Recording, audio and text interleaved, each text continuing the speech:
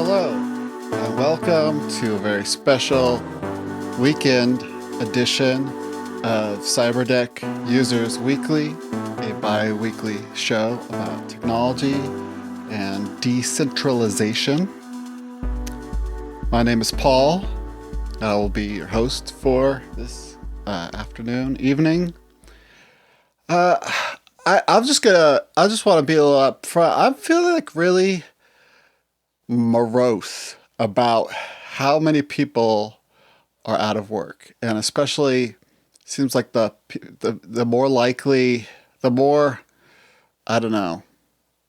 I think the numbers are something like 40% of people. I don't even know the numbers. 40% of people make less than $40,000 a year. I'm bad with numbers. Something like that are out of work in America. And it just, I don't know. That's been like, it's on my mind for the past few days, and it's kind of getting me down. And so I just want to put that out there that's what I'm stressing about, thinking about a lot. But I'm going to talk about video games today and not about unemployment. So there was this Unreal 5 demo on YouTube. I'm guessing you've seen it. It's bonkers. It's truly next gen. You know, I was saying on the last episode of the Vergecast I was on that we're probably going to see a wave of games that are next gen in the sense that they might, use some more effects, basically. They might add some ray tracing. They might do some more crazy shaders for like smoke and fog and wind and rain and that kind of stuff. But when it comes to actually the detail of objects and textures, that's probably going to be a little further down the road, because games that really take advantage of what the PlayStation 5 and the Xbox Series X can do, is that what it's called? Man, I'm so out of it. The next Xbox and the next PlayStation, what they can do, those games aren't really going to even boot on older hardware. Especially if you don't have an NVMe level SSD or better, which is what both Microsoft and Sony are claiming to have in their consoles. But that said, this Unreal 5 demo is very next gen, as opposed to all those Xbox demos, which looked great and had each demo had maybe one visual flair. Some of them had looked very current gen. But this Unreal 5 demo looks just absolutely next gen. The two biggest things, so they have their cool branding. You know, Epic obviously is the company that makes Fortnite. They've been making Unreal Engine for a long time, but they really haven't had a hit since like the I guess the Gears of War series is Epic. Is that right?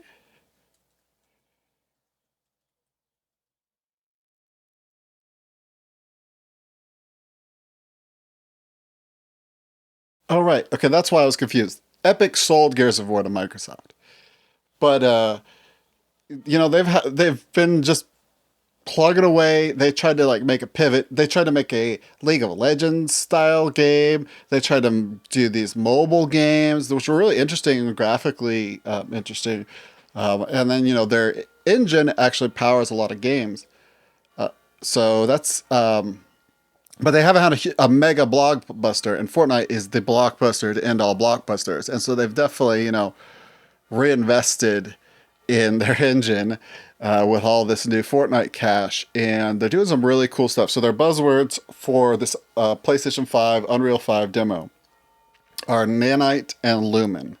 So Nanite is this idea that you can take an artist asset, like when a 3D artist creates a model, they typically create the highly detailed version of that, and then they paint that, and then that's converted into, I don't know if you can hear these church bells in the background. This is very loud.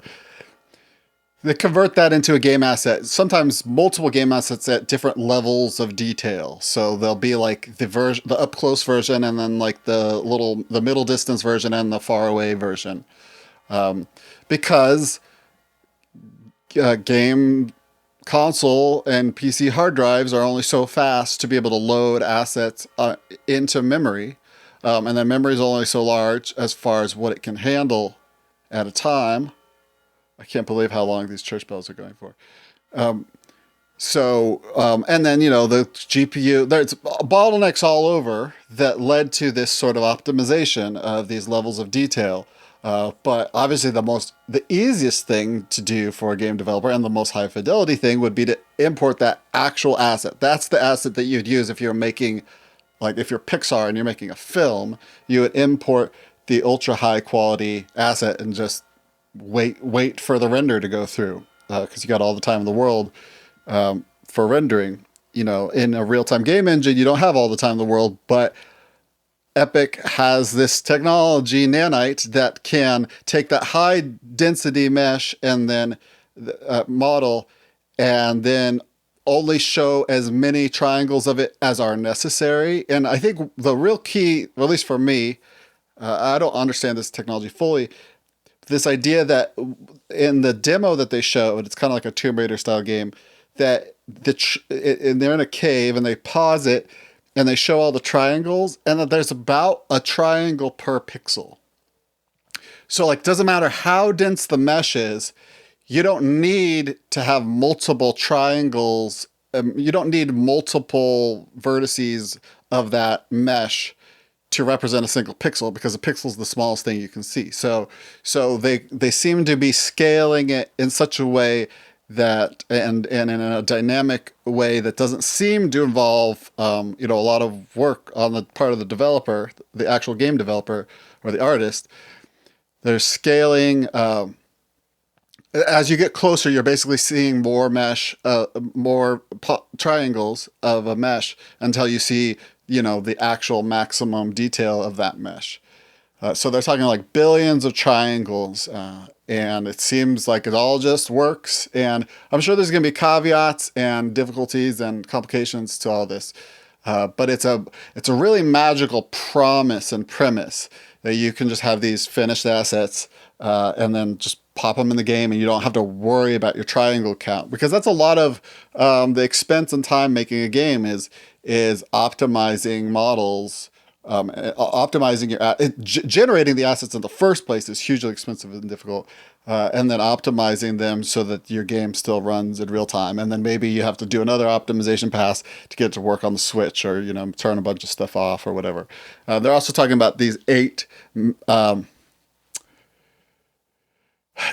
textures, so like really high resolution texturing, and then the other big tech is Lumen. So that's their global illumination. So basically it's ray tracing, real-time ray tracing stuff. And that is, we've been seeing that in the works for a while. As far as I understand, the NVIDIA ray tracing GPUs just weren't that good at ray tracing. And this next generation that we're gonna get is gonna be a lot better at ray tracing. So while we didn't see a ton of impact from, obviously not everybody even had one of these ray tracing GPUs to begin with. Well, we didn't see a ton of impact from that. I think it looks like it might just work in this next gen, where you just turn on global illumination. And that's another thing that I see as really highly simplifying the work that a game developer needs to do, because game developers have done a lot of tricks over the world to simulate the look of ray tracing. Like, one of the things they'll do is they'll bake lights. So if you have a game that each scene is only one time of day, you can bake ray tracing lighting information into the textures at development time, and then just ship all of those to the game. So that, that's slow. It's, that's a common thing, like, in game development. My light maps are rendering.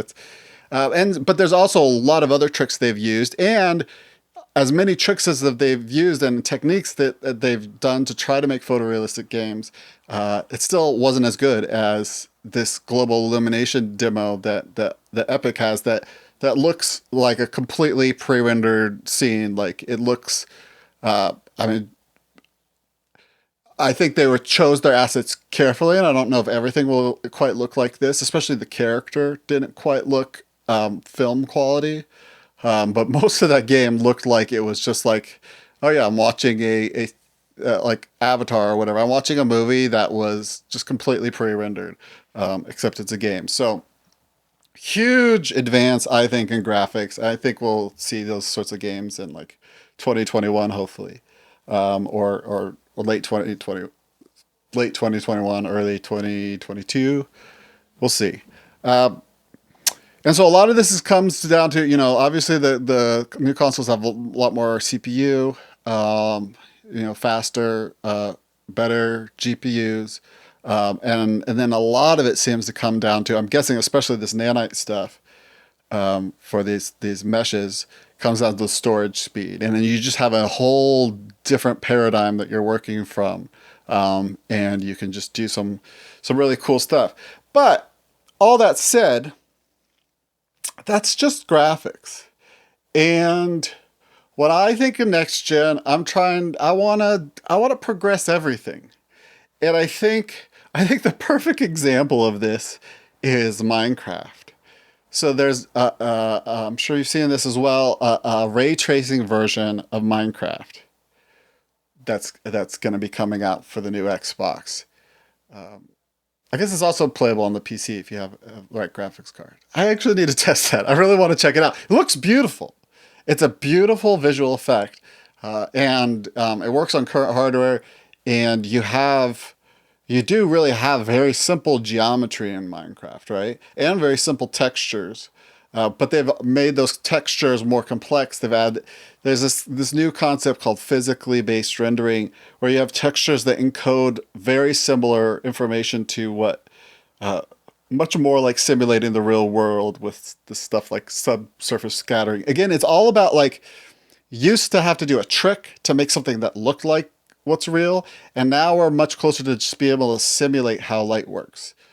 And so you get these very beautiful scenes, and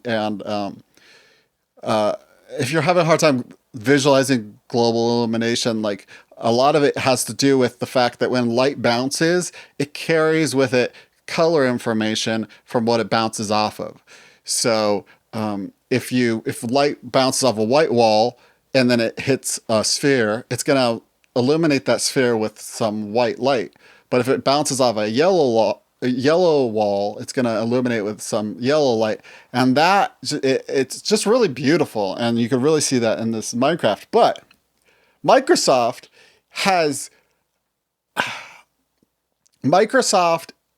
treats Minecraft like Google treats chat products, other than the fact that Microsoft hasn't canceled or renamed Minecraft. Well, they've done a little bit of renaming. Actually, they have created slightly separate, divergent versions as well. Microsoft had, before Fortnite, like the biggest game on the planet. They paid $2 billion to own Minecraft, and they've done nothing. Like, in the scale of how big important Minecraft is to a whole generation of people, Minecraft, like the amount of actual new features that Minecraft has gained since Microsoft owned it are minuscule. And remember, Minecraft was primarily made by one dude, and then he hired a small team to help him extend it a little bit. But Minecraft is so interesting, not because of its graphics, obviously. It's because it's a simulation. It simulates, like, there's animals, and then there's breeding, and you grow food, and there's this procedural generation, and there's very weird but slightly functional water physics where water actually flows and redistributes, which is something, a lot of this simulation stuff you really never see in high fidelity graphical games, other than just, there's destruction physics, which is actually another big feature of Unreal 5. They've already announced some of that stuff for Unreal 4, but they were talking about that in this Tomb Raider-ish demo. there's destruction like physics, so like you can blow up an object like an action movie, uh, but you can't really you can't really build something that's physical. And Minecraft, Minecraft has this classic thing: you build up a pillar of objects, and then you break the object on the bottom, and then the pillar floats, right? Which is great. Like Minecraft has its own kind of brand of physics. They work. It's a very fun game. But there are so many more things it could be simulating. It could be simulating ecosystems. It could give the villagers like real personalities. Like one of the inspirations for Minecraft originally, and I think about this all the time as like what is my metric of a truly next gen game is Dwarf Fortress. Dwarf Fortress, when you start up a game, it simulates the like a whole world geologically. Like, okay, rivers are gonna flow and volcanoes are gonna happen or whatever, and mountains will rise, and so it creates a terrain through simulation. And then it generates a whole history of that world. And, kingdoms rise and fall, and there's tribes and families and heroes and all that sort of stuff. And then you start a game, and you just spawn with some dwarven settlers. All of them have randomized and interesting personalities and quirks to them. And if you treat them unkindly, or if the environment is unkind to them, some rampaging vampire lords or whatever comes to your settlement to try to kill you, like the dwarves will like become sad. Maybe one of their loved ones dies. They'll like lock themselves up in a workshop and create works of art. They'll like write on the walls. They'll like, you know, be mean or nice to each other. They'll have pets that they care for, and so many of these things are stuff that we never see in the majority of games. And it's very difficult to do, but also Dwarf Fortress is built by like two people basically. And I understand that like you want to go with what's safe. You want to make the Avengers of whatever medium you're making, What is the automatic thing that I can just put, Call of Duty 25 out and, get $1 billion of revenue. But I just think there's a lot of interesting stuff that games can do. And I'm especially thinking about this. What is easier to simulate now that we have these faster drives? We've got these better GPUs. Like they're simulating flock behavior for like bats and bugs and stuff. Like the bugs scatter away from your light using really interesting, I think it's GPU accelerated algorithms. But what if you had a school of fish in Dwarf Fortress, or what if you have real water physics, not just for the visual effect, but people have made computers in Dwarf Fortress using the water physics in there. And Dwarf Fortress, if you've never seen it, it's an ASCII game. It looks like it's a DOS game, right? But it like maxes out your computer because it will simulate the flow of water, and you can have these water gates and stuff, and you can actually make a computer. Before there were Minecraft computers, there were Dwarf Fortress computers made with like flowing water and gates that are all rendered in ASCII art. So I just think there's a lot there. And I've written a piece about this. I don't know if I ever even published it. I was thinking about this back when the last next gen was coming out and whether we would go in a Dwarf Fortress direction. And I think Minecraft is a perfect example. They'll just add like a new material type once in a while, maybe a new biome, but they're not really deepening the simulation aspect. And I think there's so much there to be done. And obviously there's some really cool games that have simulation aspects to them, but I just think there's a lot there. Okay, so let's go back to the more optimistic side of this. Graphics wise, there's some really cool stuff that's happening now. A lot of these games are being made with a lot of the assets are being made with photogrammetry, where you take a bunch of pictures of an object and either you still model it yourself and then you apply those pictures as textures, or you can possibly even automate the modeling from all the pictures you took. And I think this is going to be a huge driver of well, one, I think we could end up with kind of a unified aesthetic. If you're making a realistic game, um, it's just gonna have a look to it. I mean, that already kind of exists a little bit. Like Unreal Engine games kind of already have a look, and Epic uses has this bought this company, the Quixel, these Quixel mega scans. So this Tomb Raider demo is like 95% cave rocks, right? And those are all based on these Quixel mega scans, which is it's photogrammetry of like natural textures, and really of this one, just pretty much this one texture. It's this brownish cave rock, and it's and so I could see a lot of games like if they're going for the Unreal Engine 5 um, photorealistic look, they use Quixel Megascans for all natural objects, and then I'm guessing libraries will be built up of metal and glass and things like that, and you'll just and a lot of photorealistic object scans will exist, and it's something that I hope that you'll be able to do at home with your iPhone or iPad or whatever. You'll like scan an object, and now you have a game ready asset. Because again, you don't have to do these level of detail stuff. You just have to clean it up a little bit in the photogrammetry software. And so I think if assets are easier to create, and you have this one photorealistic aesthetic, there will be other aesthetics that won't benefit from this. But for like photorealistic games, I can imagine it being so easy to make one of these. And so obviously, there's still the gameplay aspect. And so, but it makes me wonder something that's been really fanciful for me, but like, I'd love it if when a game was old, let's say the sequel is released, if all the last gen assets and scripts and behaviors or as much as possible was just like open sourced. I know this is ridiculous. I'm sounding just kind of dumb and pie in the sky, but I think there's so much that could be done by remixing games. Like there's these new skateboarding games coming out, and they're really greatly benefiting from a modding community already, and the games aren't even out yet. They're just early access. I know one of them's called Session. I forget what the other one's called.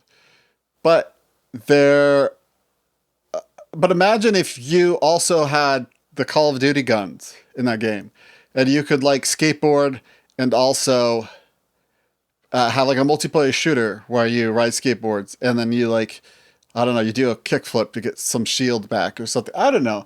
I think there's something that would be really cool about games becoming more about remixing pieces of them. And I feel like this is actually starting to happen in sort of siloed worlds. Like I think Epic is kind of, for Fortnite, is kind of turning Fortnite into this reusable toolkit that they can create these experiences out of, have these live concerts, have parties and things like that. But you kind of have this world, and then within this world, you have all these pieces you can use to make different experiences out of. But it would be cool if that was somehow cross game. And I don't really have any practical thoughts on how that's possible, other than the fact that my assumption that there will be sort of a unifying aesthetic. Everybody's going to start using sort of this high tier photorealistic, or a lot of people are going to be using this very similar aesthetic and level of detail, right? You can just take this high end model and plop it into your game. And so I would it'd be cool if you started having games that were remixes of other games. Yeah, I want the skateboard shooter game, basically, is what I'm saying. This is a bit of a tangent, but I've been thinking about this for a while in the terms of cheating, right?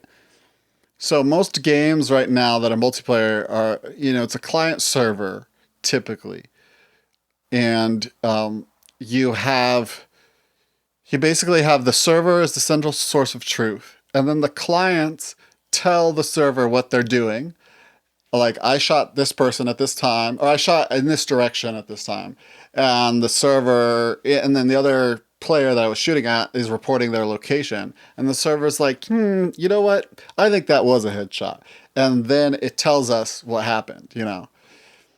And so the problem with cheating is that my game client could attempt to learn more about the game than the server wants to show me at that given time, or just help my mouse out and snap to that person's head.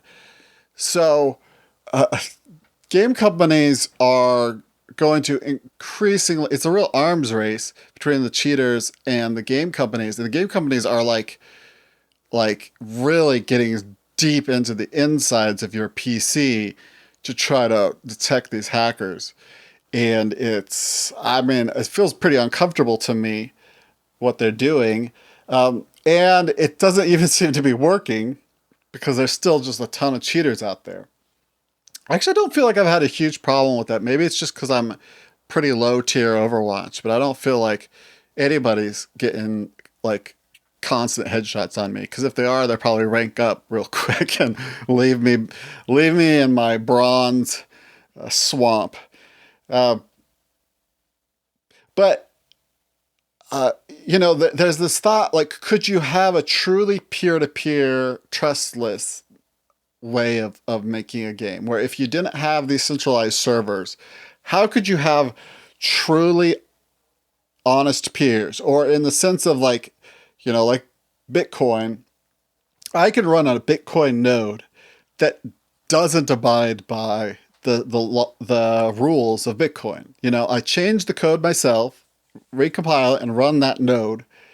And now my node is lets all sorts of transactions go through that don't match the Bitcoin consensus. Like I just print myself up 10 million Bitcoins and send it to my address. Like all software wise, that is all completely doable, right? It's almost trivial for me to create an alternate version of Bitcoin where I have 10 million Bitcoins. But I'm now rejected from the Bitcoin consensus network. When I try to send out, hey, here's me, here's my transaction where I just received 10 million Bitcoins, every other node, every honest node in the network is going to look at those.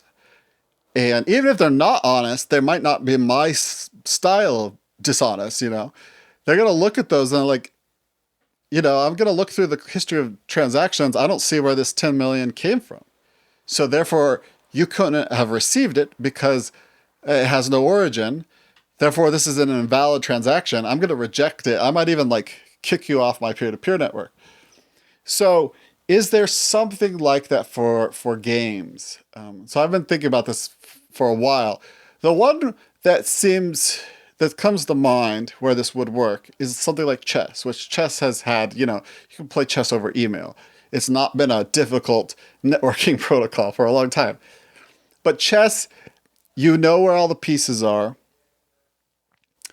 And there are a finite set of legal moves.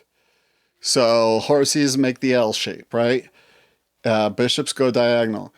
So if you transmit a move to your opponent, like my pawn's going through your pawn, and it's not one of those weird, en passe, or I don't know chess very well.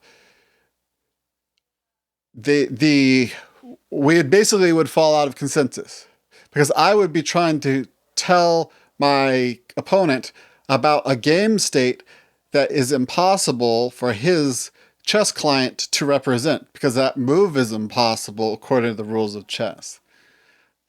So is there a game that's more fun than chess?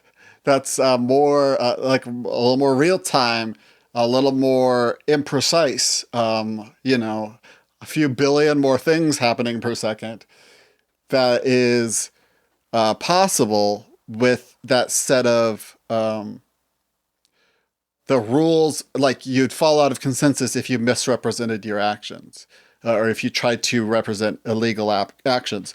Because what's interesting to me about that is that if you could do that, which, that simple thing, that might be literally mathematically impossible. I don't even know. But if you could do something like that, and then you could run all the cheats you wanted. All that matters is that to stay in the game, a multiplayer game where you're abiding by a shared set of rules.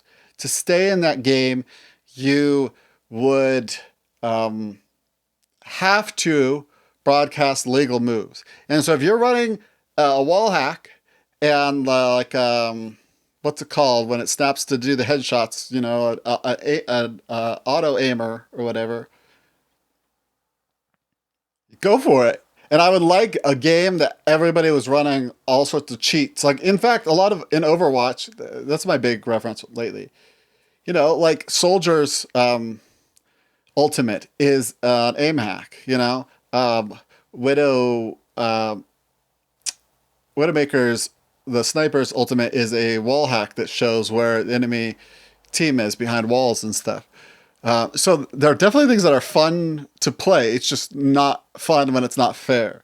So I would love a game that had some sort of arms race of client-side cheating, but some way of enforcing limits on what you do. And one way I was thinking about this recently is that you could sort of have the limits be physics somehow.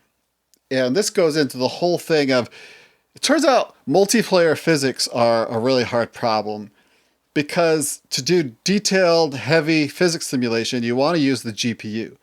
But the GPU has an imprecision to it, so that what physics look like on your machine might be calculated slightly differently. Just a tiny little bit at first, but that can cascade, butterfly effect style into wildly different outcomes on someone else's machine.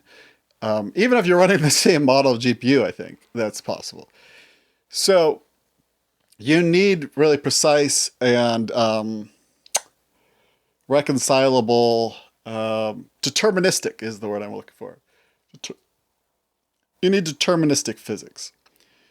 But then you could have something where, like, the rules of the game are that my character can exert this much force, in this direction, this much force in this direction, and can apply, I don't know. This isn't fully fleshed out, but there's something to that where I can tell that the player is not cheating because I can always check if the physics that they're saying that they're trying to propel themselves forward, but I'm like, well, you're flying in the air. What are you pushing off of? So I reject that. And now you're out of consensus. Now you don't get to play the game with your opponents anymore because you tried to cheat because you represented something that was impossible. I think there's something to that. Sounds super difficult, but I mean, isn't that the whole point? I mean, isn't Lumen very difficult and Nanite very difficult? Like, I hope people are working on these very hard problems of multiplayer. Another really hard problem, and I think this kind of relates to this peer-to-peer aspect, is single shard universes. And this is something I've been obsessed with for a long time because EVE Online is the coolest thing. And it generates these really amazing stories because it's a single universe. And so, you can have a player corporation in EVE Online. EVE Online's like a space game, and there's, stars and planets and space stations and spaceships. And you typically join a corporation, and maybe that corporation is part of a mega corporation, like, that's multi-tiered alliances and whatever. And, somebody says, like, we're going to go invade that star system. And that is not just on your single instance of EVE, where you and your, 999 other people play, and there's a cap at 1,000. But that is in the singular EVE universe. I actually think there might be a fork of EVE in China. I'm not actually sure about that. But for the most part, everybody's just playing in this one shared universe. And so things that happen in EVE really have this feeling of matter, of mattering, and of history to them, because you're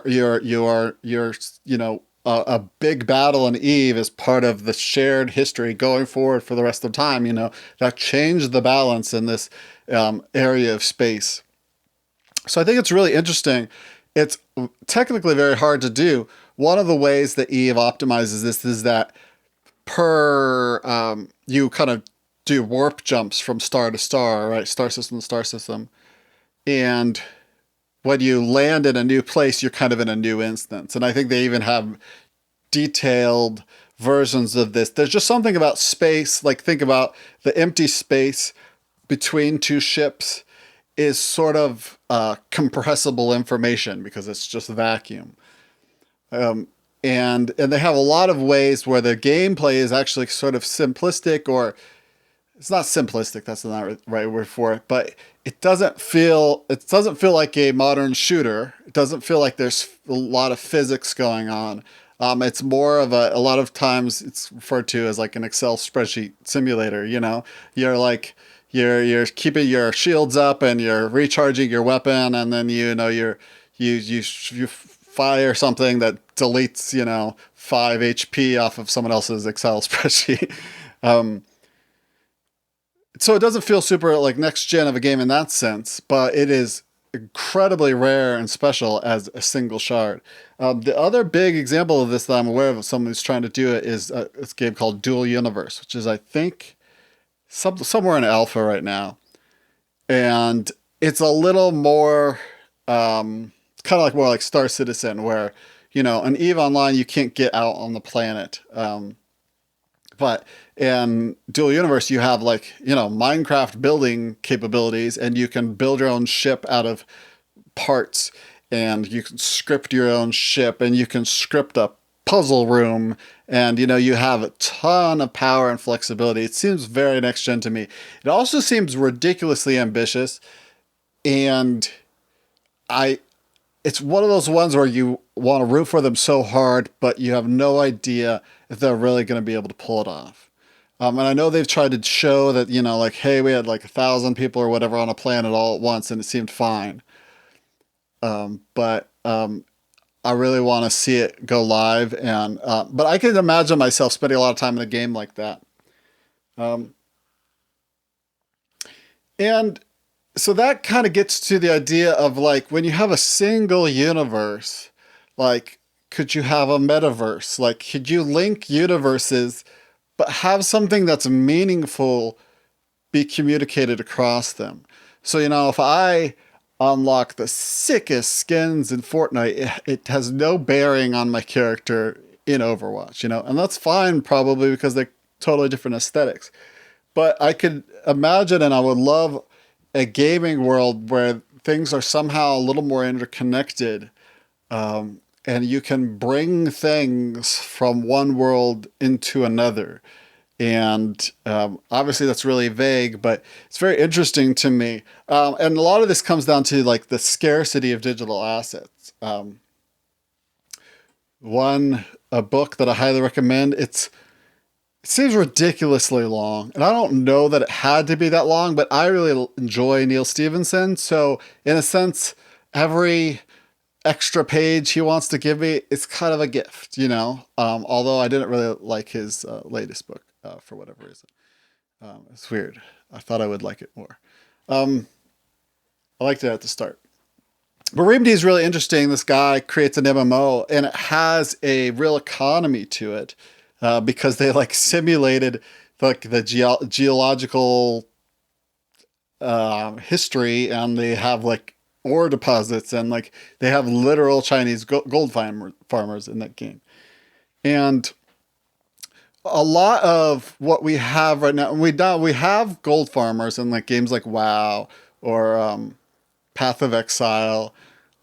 People who will level up account for you or get you gold, and you just pay them with real money.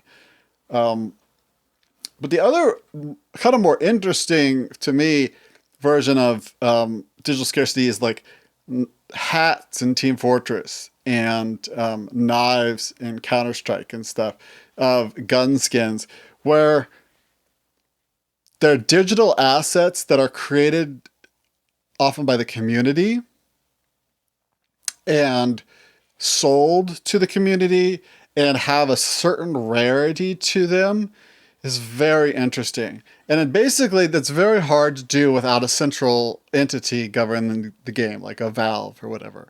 And there's something interesting about Bitcoin, that Bitcoin is like, it's kind of a one-off. You kind of only get one thing that has absolute provable digital scarcity, because the way it secures the network is through, through mining power, exahash of SHA-256 computation. And so if you created something that was truly valuable and scarce in, your skateboard shooter game, and that was secured, the digital scarcity was secured in some decentralized manner, how how Bitcoin is secured. If that thing became truly valuable, someone could easily just swap over some hashing power from the Bitcoin network and steal that, like break your method of decentralized security. There's just something about this proof of work algorithm that just seems like there can only be one true beneficiary of it. And so I'm not like 100% sure on that, but that's the vibe I get. So I don't see a good way to, but I really like the idea of having scarce digital assets, and people selling digital assets, and digital assets hopefully becoming somehow portable, because I just think that's really that kind of self-expression, that business model, is really interesting. They're also, introducing real money into games is very interesting. They were talking about this on a recent episode of Tales from the Crypt.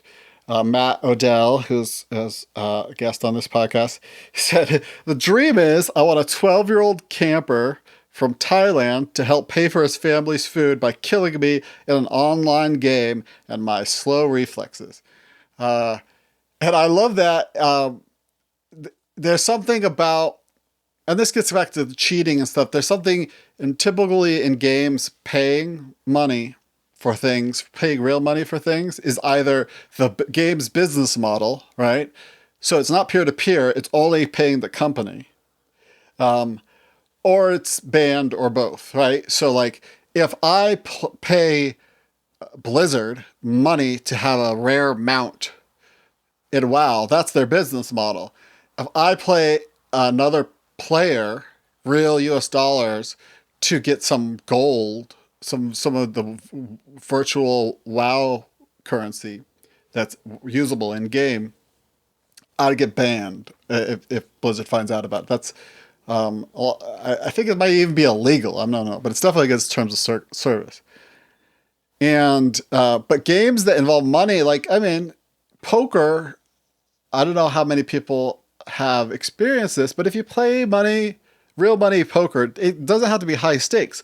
It's just a few dollars, and if you win, you've got like a couple of beers worth of money, and if you lose, you're only out like $5 or whatever. It's really a minor outlay and a minor reward, but there's just something about it that really heightens the enjoyment of the game. So I think it could be interesting.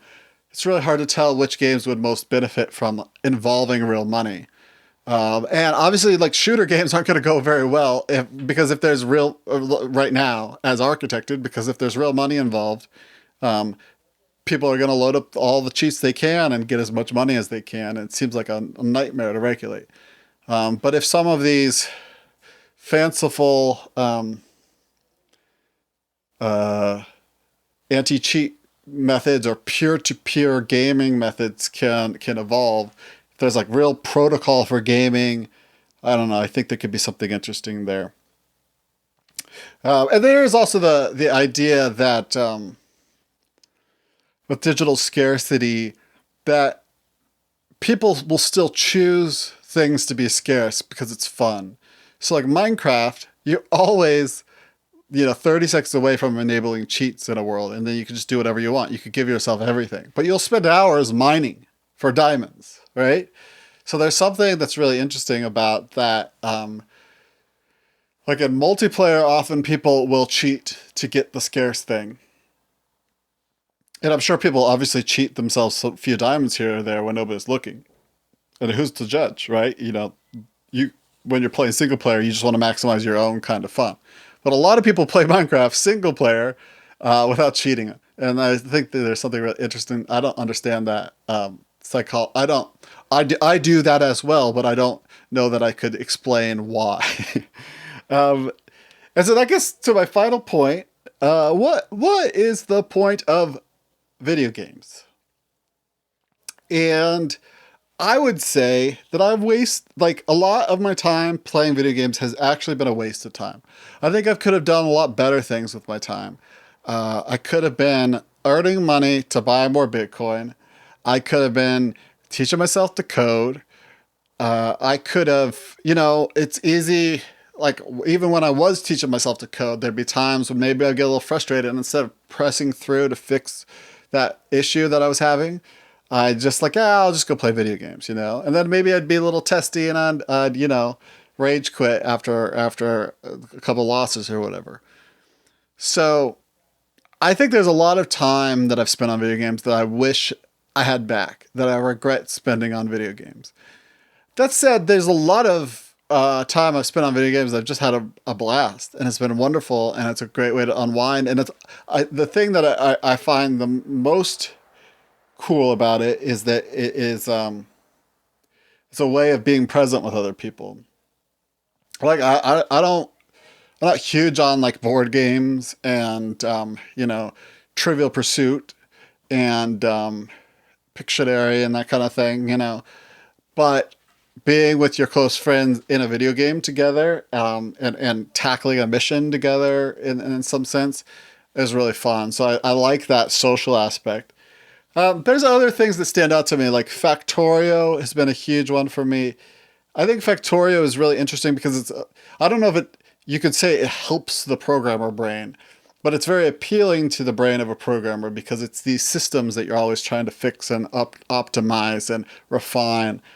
And you keep on being stymied by the complexity of the system that you've made. So you have to find a way to simulate it, simplify it and streamline it so that you can keep on growing your factory.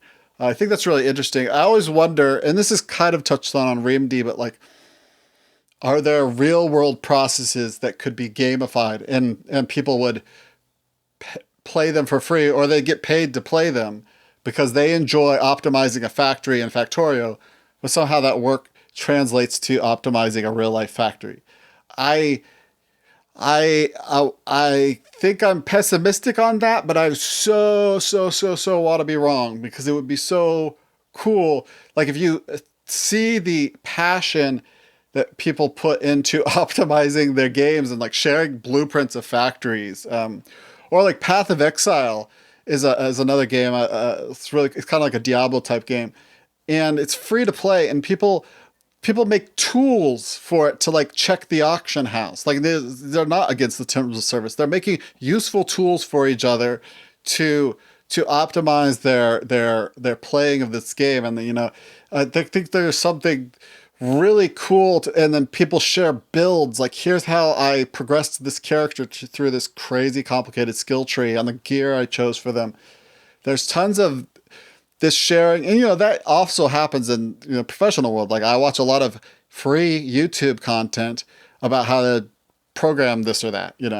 I also watch a lot of paid content like on Udemy and whatever. But I think there's something cool to the passion that people put into optimizing their way of playing the game and then sharing that with other people.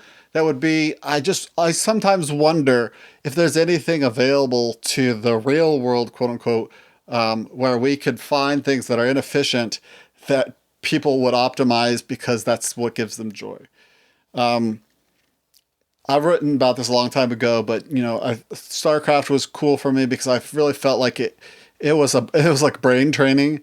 It's a crazy amount of multitasking in real time and trying to see, like that thing where you can only hold like 5 threads in your head at once. And so when you think about a new thing, you have to drop one of them, or you have to find a way to make it a subcategory of one of the threads so you can hold on to it or whatever. StarCraft is like Tread training. Yeah, that's exactly it. Thread training, and I really loved it for that. Uh, Overwatch is just hanging out with friends and getting mad at people who are getting mad at the DPS for not killing anybody. And then Minecraft. I'll end on Minecraft. Minecraft is so special to me. I think there's something about Minecraft. This is actually, it's a biblical thing, right? So uh, Adam and Eve are given this directive to, they're supposed to name the animals, is one job that they have. And then they're supposed to fill the earth and subdue it. And so I just think there's something about when you spawn into a Minecraft world, right? It's all been procedurally generated, but it's in a sense very untamed. And you go into that world and you're like, I wish this wasn't a hill because I'd have a better view of the lake. I'm going to flatten this hill, and now I'm going to build a cabin here, or I'm going to, go into a mine and get resources so that I'm stronger and more adept in this world. I think there's something to that is one of the reasons why it has been so appealing to so many people, because there's something about engaging with a world and having the ability to reshape it. It's so empowering, and I think it's kind of an innate desire that we have. I also have this idea that I would love to take the Grand Canyon, or at least portion of it, and open it up for development so that people can make like skyscrapers that are kind of embedded into the canyon walls. I just think that'd be very beautiful. I really like sci-fi pictures that take like really extreme landscapes and integrate cities into them. That's just kind of a side note. I think that's inspired by Minecraft, but I know that seems very conservationist of me, but I think there's something interesting about going into a wild, untamed land, and you don't necessarily destroy it because there's something about it you find beautiful, but you want to integrate with it, and you want to keep the bugs out at night. Like you want to have a certain amount of control over your environment, while also somehow existing in harmony with it. And so I think Minecraft really maximizes that feeling. So that's video games. Next gen video games gonna look great.